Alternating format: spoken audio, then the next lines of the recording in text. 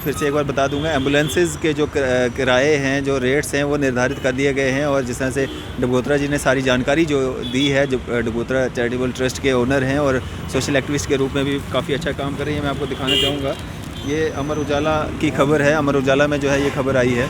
और गुलरामन का सबसे बड़ा और मशहूर इलेक्ट्रॉनिक गैजेट का शोरूम अफनान गुलजार कम्युनिकेशंस, जहां पर सभी लीडिंग कंपनीज के mobile phones, TV, LED, fridge, washing machine, geyser, solar inverter और दीगर इलेक्ट्रॉनिक आइटम्स बेहतरीन दामों और आसान किस्तों पर दस्तयाब है। ये हुई ना बात, तो आप भी तशरीफ लाए। अफनान गुलजार कम्युनिकेशंस, गुल रामबन, फोन 9419995001।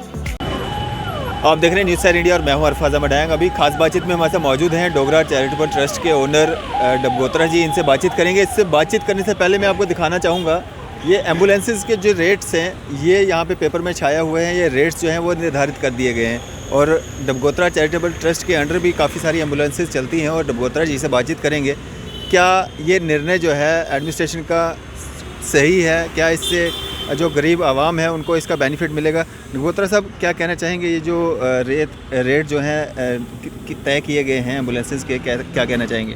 ये जो खबर हमने भी पढ़ी सुबह, आप भी दिखा रहे हो अपने विजुअल में, तो इस खबर पढ़ के हमें ये लगता है कि इसमें कोई क्लैरिटी नहीं है। किस तरह? इसमें ये नहीं लिखा है कि ये जो एम्बुलेंस के रेट निर्धारित हुए हैं वो प्राइवेट एम्बुलेंसेस के लिए है जहाँ गवर्नमेंट एम्बुलेंसेस के लिए है। ऐसा ना हो कि गवर्नमेंट के लोग भी ये वाले रेट लेना शुरू कर दें। जैसे इसमें ये भी लिखा है कि पर किलोमीटर के हिसाब से जो बेसिक केयर एम्बुलेंस है उसमें 3 टाइप की होती हैं। तो कुछ जो इको वैन मारुति सुजुकी का इन्होंने लिखा है, तो अगर ये 16 रुपये किलोमीटर इन्होंने कहा है कि जो इको वैन है तो जो 16 रुपये किलोमीटर ले रहे हैं। लेकिन इसमें ये क्लियर नहीं किया है कि एक साइड का रेट है या दोनों साइड का रेट है।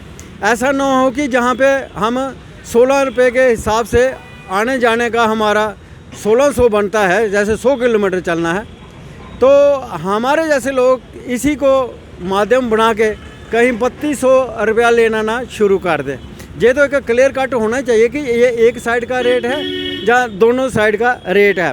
बाकी रही एम्बुलेंसेस का रेट निर्धारित करना, इसमें उन्होंने एक्ट वगैरह बताया हुआ है और विशेष अधिकार का प्रयोग करके ये रेट निकाले गए हैं। अदरवाइज पहले क्या था कि जो एम्बुलेंस होती थी, प्राइवेट एम्बुलेंस, वो इंडिविजुअल किसी के नाम पे रजिस्टर नहीं होती थी। वो इसलिए नहीं होती थी कि अकाउंटेबिलिटी नहीं रहती थी। वो क्यों कि एम्बुलेंस के ऊपर ब्लू लाइट लगी होती है, हूटर लगा होता है, उसको रास्ते में जगह दी जाती है और उसमें ऐसा होता है कि उसमें कहीं नंबर 2 का काम तो नहीं हो रहा। तो उस चीज़ को रोकने के लिए शायद ये सिस्टम बना था कि ये किसी ट्रस्ट को, एनजीओ को या सोसाइटी को दी जाए, क्योंकि एक अकाउंटेबिलिटी बनती है कि सोसाइटी के नाम पे ये है। तो सोसाइटी रजिस्टर करवाने के लिए, एनजीओ रजिस्टर करवाने के लिए या ट्रस्ट रजिस्टर करवाने के लिए आपको उसमें बाई लॉज देने पड़ते हैं, तो उसमें ऑब्जेक्टिव देने पड़ते हैं। जैसे हमारा डबगोत्रा चैरिटेबल ट्रस्ट है, हमने मेन ऑब्जेक्टिव वहाँ पे लिख के दिया है कोर्ट में ट्रस्ट को रजिस्टर करवाने के टाइम कि हम एक ट्रस्ट क्रिएट कर रहे हैं, इससे हम लोगों को बेनिफिट देंगे। और उसमें हमारा मेन ऑब्जेक्टिव ये रहा था कि हमने एम्बुलेंस प्रोवाइड करानी है और उसमें लिखना पड़ता है और करना भी पड़ता है कि हमने फ्री सर्विस लोगों को देनी है।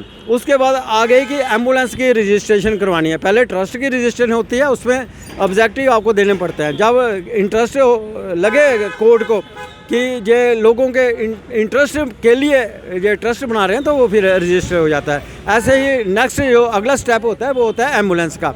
एम्बुलेंस रजिस्ट्रेशन करने के लिए भी ट्रस्ट की कापी साथ में दी जाती है और उधर लिख के देना पड़ता है हमें कि हमें एम्बुलेंस दी जाए, हमने लोगों की फ्री सर्विस देनी है जहाँ पे, तो फिर जाके रजिस्ट्रेशन होती है। फिर उसके बाद मैंडेटरी हो जाता है कि चारों तरफ आपको लिखना पड़ता है कि नॉट फॉर कमर्शियल पर्पज़।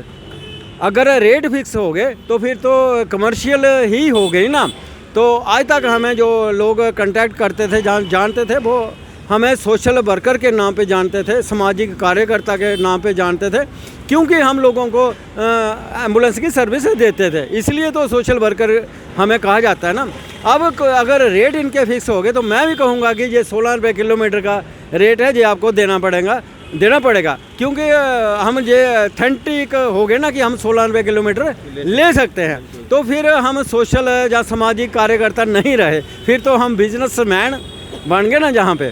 तो ये आर्डर जो है वो हार्ड कापी तो हमारे पास नहीं है, हम अखबार की कटिंग के माध्यम से ही आपसे बात कर रहे हैं। तो अगर ऐसा होता है तो ये सारी चीज़ें क्लियर होनी चाहिए कि ये वन साइड का किराया है, गवर्नमेंट की एम्बुलेंस का रेट है या प्राइवेट एम्बुलेंस का रेट है, और हॉस्पिटल प्रशासन को भी चाहिए, अगर लोगों को इसमें बेनिफिट मिलता है तो जहाँ पे रेट लिस्ट बड़े लफ्ज़ों में, ताकि वहाँ पे लोग पढ़ भी सकें, तो इधर रेट लिस्ट लगा देनी चाहिए, फ्लैक्स वगैरह, पोस्टर वगैरह लगा के। मैं यही कहना चाहता हूँ, इसको करने की ज़रूरत है। और इसके लिए मैं आपके माध्यम से ये सरकार को बताना चाहता हूँ, यूटी सरकार जो है, ये परिवहन अपना डिपार्टमेंट है, उन्होंने ये अखबार में जो लिखा है कि ट्रांसपोर्ट डिपार्टमेंट ने ये पे निकाला है। और हम मतलब कि आपके माध्यम से ये कहना चाहते हैं कि हम बहुत जल्दी एक जहाँ पे रिटर्न भी दे रहे हैं इनको, कि ये चीज़ें क्लियर की जाएं, ताकि लोग लूट खसूट से बचें। और ट्रांसपोर्ट कमिश्नर को या बाकी जो कंसर्न ऑफिशियल हैं उनको भी हम लिखने जा रहे हैं कि ये क्लियर होना चाहिए। और अगर 16 रुपये इन्होंने एक साइड का रखा है छोटी गाड़ी का, मेरे हिसाब से वो बहुत ज़्यादा है। जैसे पठानकोट 100 किलोमीटर है तो वहाँ पे हमें 3200 रुपया बनता है, लेकिन आज के दौर में हम 1500-2000 रुपये में चले जाते हैं। ऐसा ना हो कि हमें भी मौका मिल जाए लोगों को गला घोटने का। तो ये मैं कहना चाहूँगा आपसे। ये जो जितनी भी जम्मू कश्मीर की एम्बुलेंसेज है वो किसी न किसी संस्था के अंडर ही चलती हैं? बिल्कुल चलते, क्योंकि इंडिविजुअल वो रजिस्टर्ड नहीं हो सकते।